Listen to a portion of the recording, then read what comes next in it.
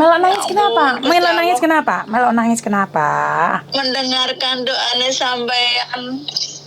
Anu lah oh ya aku tadi nangis merinding, Mbak. Aku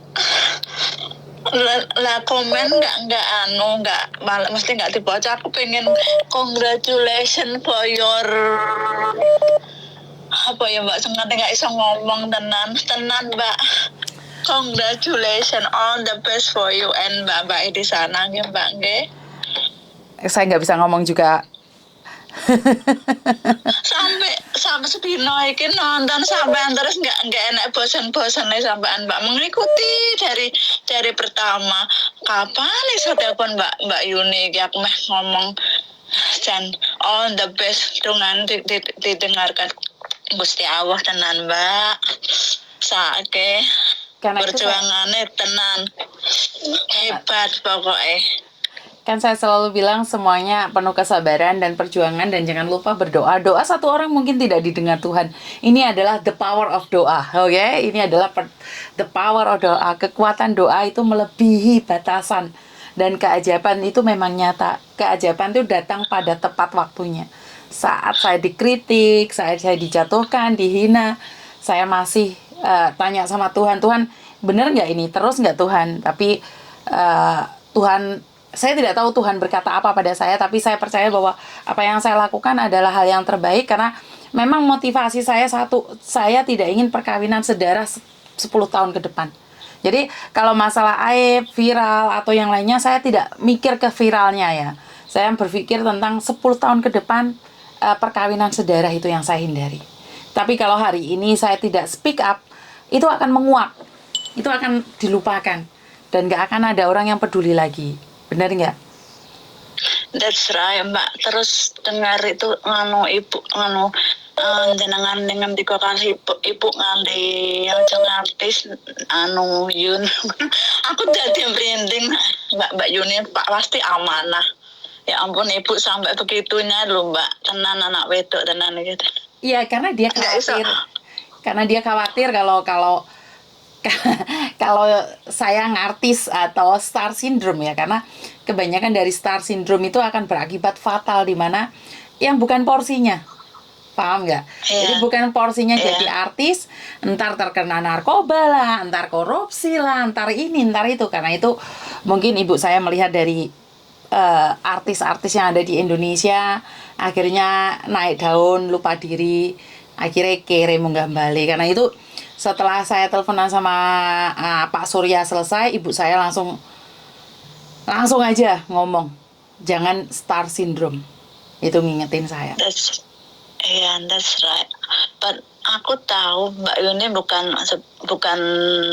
yang begitu memperjuangkan mereka untuk apa ya terkuat ininya sampai ketemu orangnya itu siapa yang mengikuti terus loh Mbak sampai dari awal kan. Aku sampai ketawa sendiri. Ingat saya toh Mbak Yun? Masih ingat yang dari New Zealand kan? Matur nuwun. Aku saya masih ya ingat. Ampun.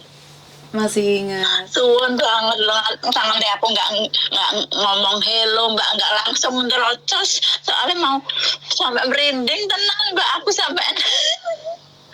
Saya biasanya ngomong sangat lincah sekali, tapi semalam itu yang saya katakan dalam hati saya adalah syukur, puji Tuhan, alhamdulillah. Alhamdulillah ya. Apa ya? Berkat di bulan puasa. Berkah di bulan puasa. Jadi iya betul Mbak. Banyak orang yang meminta saya untuk menundanya, banyak orang yang meminta saya untuk undur diri.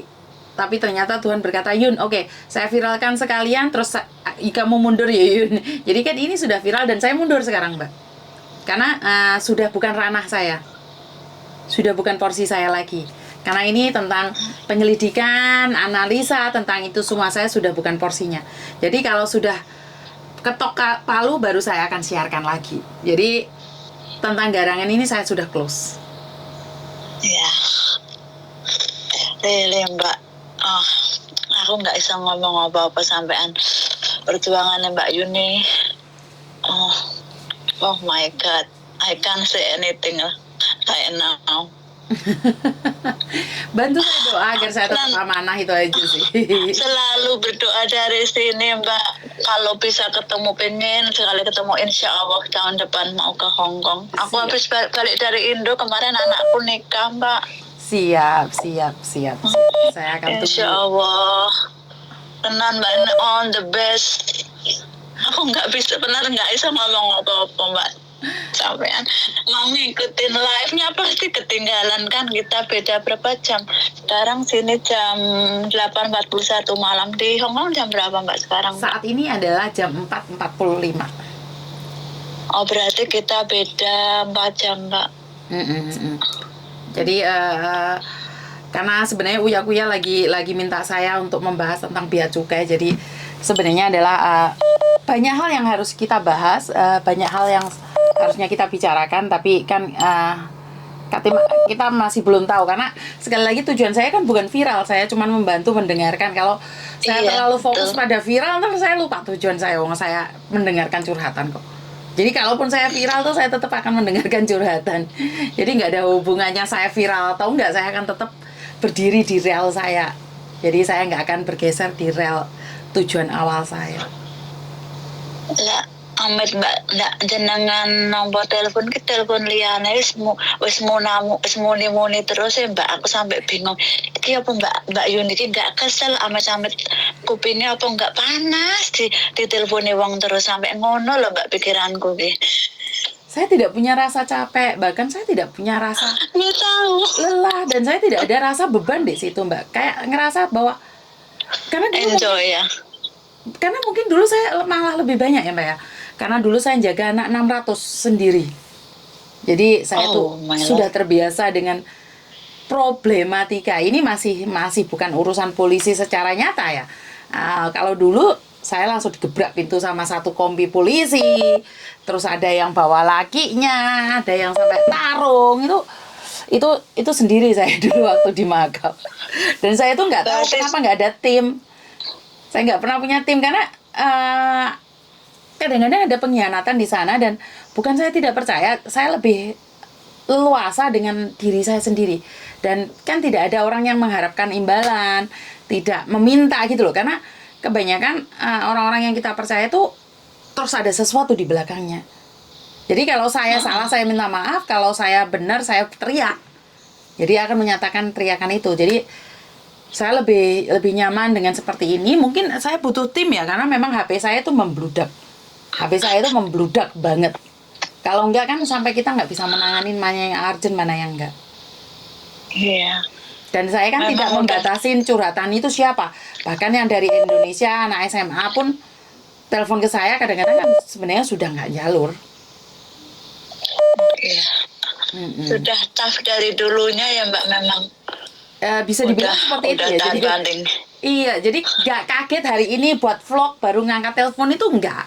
Sudah terbiasa diparanin anak-anak, datang anak yang bermasalah, nemenin anak ke kantor polisi, ke lebor, ke penjara, itu sudah biasa. Jadi sekarang malah nggak kaget gitu loh. Sekarang kan lebih mudah karena adanya media sosial. Kalau zaman dulu kan enggak.